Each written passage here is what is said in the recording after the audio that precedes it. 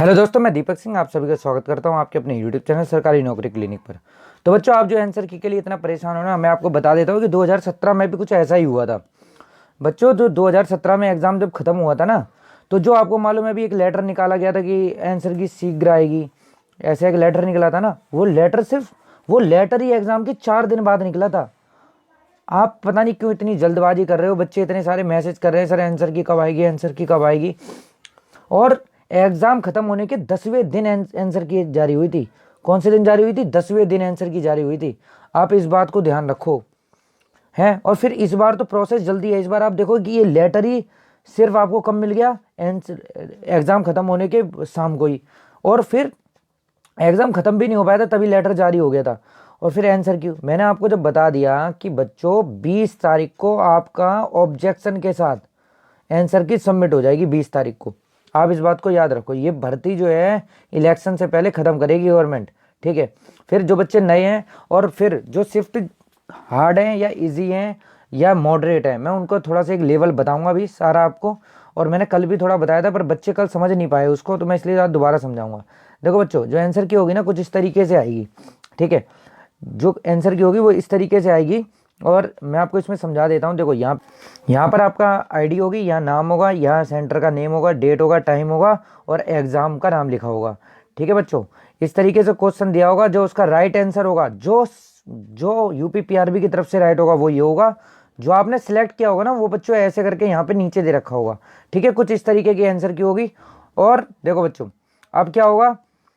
ये होगा, जैसे मान लीजिए, अब यहाँ पे क्या दिक्कत होगी? देखो, यहाँ पे अभी ये सारे सही हैं। जैसे सेंटर ने पहला दिया, इससे पहले चुना, यहाँ पहला चुना तो पहला चुना, है ना। और इसमें दूसरा है, इसमें भी दूसरा है, ठीक है। तो क्या होगा? और ये देखो देखो देखो, जैसे ये आंसर कौन सा गलत होगा, ये कैसे पता चलेगा?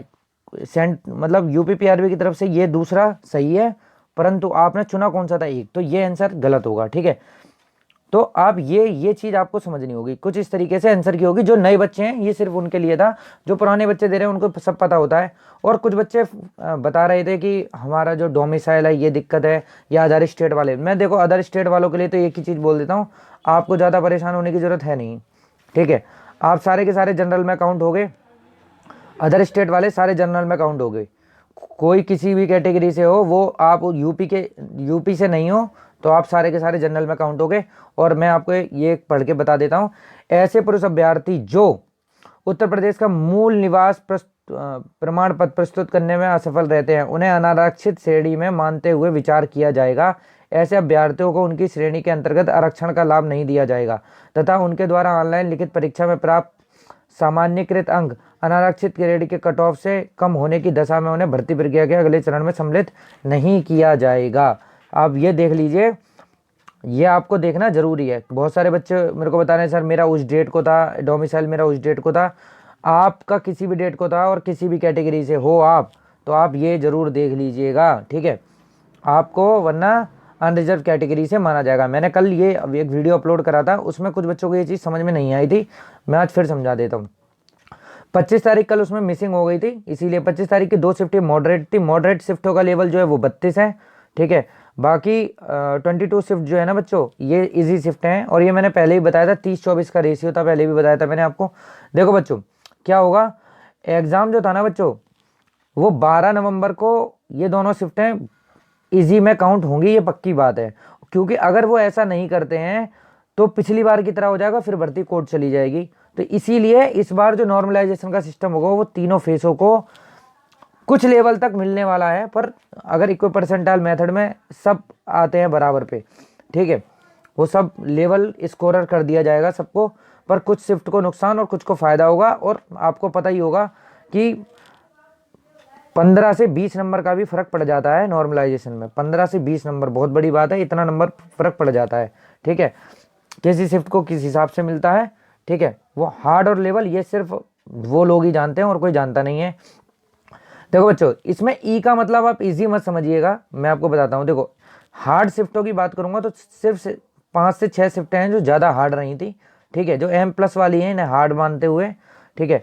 जो ई वाली है ना, वो कंपैरिजन देम एम से थोड़ी सी हल्की शिफ्ट रही है ई वाली। ई को मतलब मैं इजी नहीं बोलूंगा, इजी को आप गलत वे में ले जाओगे कि सर आप बोलोगे फिर कि ऐसा कैसे हो सकता है, इजी तो थी नहीं, आपने कौन सा पेपर दिया है। मैंने भी पेपर दिया है, मेरा भी जो पेपर था वो 14 की शिफ्ट में, 14 की जो है दोपहर वाली शिफ्ट में मेरा पेपर था। और मैं इसको इजी नहीं बोलूँगा, मैं मॉडरेट से थोड़ा सा कम मैं बता रहा हूँ कि पेपर जो है वो ई वालों का रहा है। जो एम वाली शिफ्ट है ना, ये पेपर थोड़ा सा इनका लेवल ज़्यादा था, पर जो एम प्लस वालों का है ना, उन्होंने अच्छे खासे लेवल का पेपर दिया है। ठीक है, मैं यही मेरा कहने का एक मतलब था। फिर बहुत सारे बच्चे मेरे को मैसेज कर रहे थे कल की वीडियो के बाद कि सर आप तो बता रहे हैं कि जो थर्ड फेज है वो ज़्यादा मॉडरेट था, आप जो बता रहे हैं कि 2016 से कैसे कट ऑफ रहेगी कम, सेक्शनल कट ऑफ पिछली बार 50%, इस बार 35 है, इसका भी बहुत फर्क पड़ेगा। बच्चों मैंने कब कहा फर्क नहीं पड़ेगा, आप पहले भर्तियों की संख्या तो देखो, आप इस वाले सिनेरियो को समझने की कोशिश करो। पिछली बार की वैकेंसी वैकेंट रही थी, ठीक है, SC ST का कोटा नहीं भरा था, गर्ल्स का कोटा नहीं भरा था, गर्ल्स 60% गर्ल्स रनिंग में बाहर हुई थी। आप इस चीज़ को क्यों बोल रहे हो? और मैं कल भी कहा था, मैं लड़कियों के माँ बाप से मैं हाथ जोड़ के अनुरोध करता हूं कि आप उनको रनिंग के लिए भेजिए। UPSI में पिछली बार 40% लड़कियां ही रनिंग में क्रॉस हुई थी, 60% तो सिर्फ रनिंग में बाहर हो गई थी, उनकी भी वैकेंसी वैकेंट रह गई थी। है, आप यही चीज़ नहीं देख रहे हैं। आप सिर्फ कमेंट करने से और मेरे को इंस्टाग्राम पे मैसेज करने से, और आज सरकारी नौकरी क्लिनिक का जो परिवार है, इंस्टाग्राम पर 1000 फॉलोवर हो चुके हैं सरकारी नौकरी क्लिनिक के। आपने अभी तक फॉलो नहीं किया, आप करिएगा। आपको मुझसे कोई डायरेक्ट बात करनी है, कॉल पे बात करनी है, आप मेरे को इंस्टाग्राम पे डायरेक्ट मैसेज करिए, मैं आपको रिप्लाई दूंगा। रिप्लाई में 5 से 10, 15, 20 मिनट का वेट हो सकता है, पर इससे ज़्यादा देर नहीं लगेगी। ठीक है, तो जो बच्चों आप कहना चाह रहे हो कि 50% सेक्शन का फर्क पड़ेगा, मैं मानता हूँ फर्क पड़ेगा बच्चों, 35% का भी फर्क पड़ेगा। आप इस बात को समझिए, मैं आपको समझाना क्या चाह रहा हूँ। देखो मैं आपको थोड़ा सा दिखाता हूँ, देखो आप इस चीज़ को देखो, यहाँ से आप एक चीज़ देखोगे बच्चों, पिछली बार जो फॉर्म भरे गए 6.5 लाख, यहाँ 12 लाख। ठीक है, एग्जाम कितनों ने दिया, सबसे बड़ी बात करती है मैटर ये। एग्जाम 5.5 लाख कैंडिडेट यहाँ भी थे, और 7.5 लाख के आसपास कैंडिडेट यहाँ भी थे एग्जाम देने वाले। अंतर कितने का हुआ? 2 लाख बच्चों का। सिर्फ कितने लाख बच्चों का? 2 लाख बच्चों का। पर आपने सीटों का अंतर नहीं देखा ना बच्चों, सीटों का अंतर है 3 गुना। वैकेंसी जो है वो इस बार 3 गुना है, 3307 और 9534। आप ये समझिए, लगभग 3 गुना वैकेंसी है, और बच्चे 2 लाख बड़े हैं।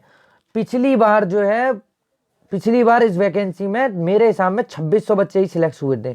ठीक है, 2600 बच्चे सिलेक्ट हुए थे। और आप यहाँ ये देखो ना, यहाँ पे भैया चुनाव है, 9534 की वैकेंसी निकाल के आप 6000 बच्चे भरने के बाद ये नहीं कह सकते कि मैंने वैकेंसी पूरी भर दी। उत्तर प्रदेश में इतनी बड़ी दरोगा की भर्ती कोई नहीं लाया, भर्ती करी 6000, ये तो हो ही नहीं सकता ना बच्चों। इस बार जो वैकेंसी भरी जाएगी वो 9000 वैकेंसी भरी जाएगी। 500 पद तो वैसे भी खाली जाने हैं, उन्हें छोड़ दो। और SC ST वालों के लिए मैं बता दूं, आप बच्चों जी जान लगा के मेहनत कर लीजिए, आपकी वैकेंसी हर बार UPSI में खाली रही है। मैंने आपको बताया था 101 क्वेश्चन पिछली बार लास्ट सिलेक्टेड कैंडिडेट था जर्नल में। ठीक है, इस बार मैं ये बोल सकता हूं आपको 100 वाला जो बच्चा है, 100 क्वेश्चन वाला, वो आप इस सिर्फ अपनी फिटनेस को लेवल को देखते हुए रनिंग करिए। क्योंकि देखो बच्चों क्या होता है, मैं आपको समझा देता हूं। देखो 105 वाला तो है ही, ठीक है, पर जिनके 100 नंबर है, और अगर भर्ती बोर्ड 9534 पूरी भरने की सोचता है, वो 9000 में से 5000 भरने की सोचेगा, तो भैया यही बच्चे निकलेंगे। और अगर वो 9000 पूरी भरेगा तो फिर ये बच्चे भी जाएंगे, इसमें कोई दो राय नहीं है। कोई भी कुछ भी बोलता रहे, आप उसे मत देखिए, आप रनिंग करिए, आप अपने फिटनेस को लेवल को देखते हुए रनिंग करिए। मैं 105 बता रहा हूं, पर 100 वाले भी रनिंग करिए। मैं आपको ये बता रहा हूं 100 question, 100 question OBC, SC ST 90+, 90+, girls भी 90+, गर्ल्स कितने? 90+, गर्ल्स कितनी? 90+।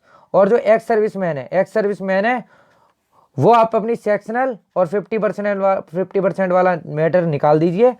आपका सिलेक्शन कोई नहीं रोक पाएगा। आप 2-4 क्वेश्चन और ऊपर हो जाएंगे तो आपका सिलेक्शन नहीं रुकने वाला है किसी भी हालत में। मैं गर्ल्स को भी फिर एक बार बहुत बात बोलूँगा, आप रनिंग करिए। आपके अगर 90+ हैं, चाहे आपके 85+ हैं, आप रनिंग करिए, जरूर करिए, जरूर करिए। आपकी सीट वैकेंट रहती हैं हर बार। मैंने आपको 2016 का, मैं आपको नहीं तो बोलोगे, आप वीडियो के लिए बोलोगे तो मैं आपको दिखा दूंगा, एक बार वीडियो दोबारा से अपलोड करवा दूंगा। ठीक है, उसमें मैं आपको ये दिखा दूंगा कि कितनी वैकेंसी और किस हिसाब से रही थी। ठीक है, तो आप ये एक बार देखिएगा, आप उसके कट ऑफ देखो ना।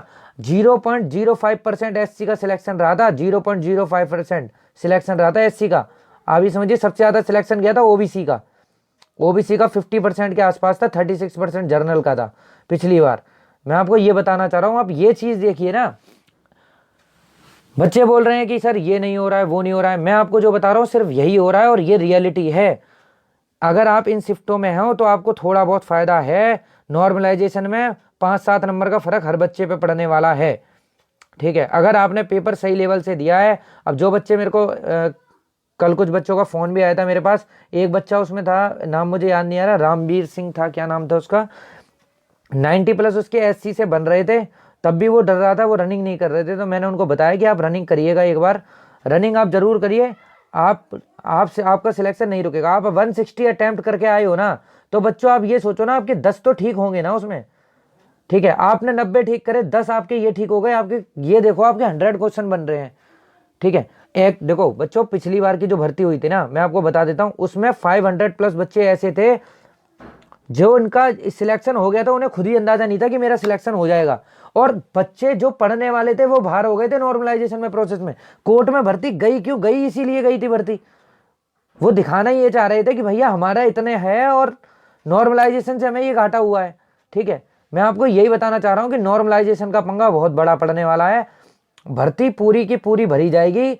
9534 में कुछ ही पद छोड़े जाएंगे, अराउंड 500 बस, मुझे ऐसा लग रहा है। बस अगर 9000 भर्ती पूरी भरी जाती है तो आप सबको मौका मिलने वाला है। अरे दौड़ लगाइए ना, आप अपनी फिटनेस को देख के दौड़ लगाइए।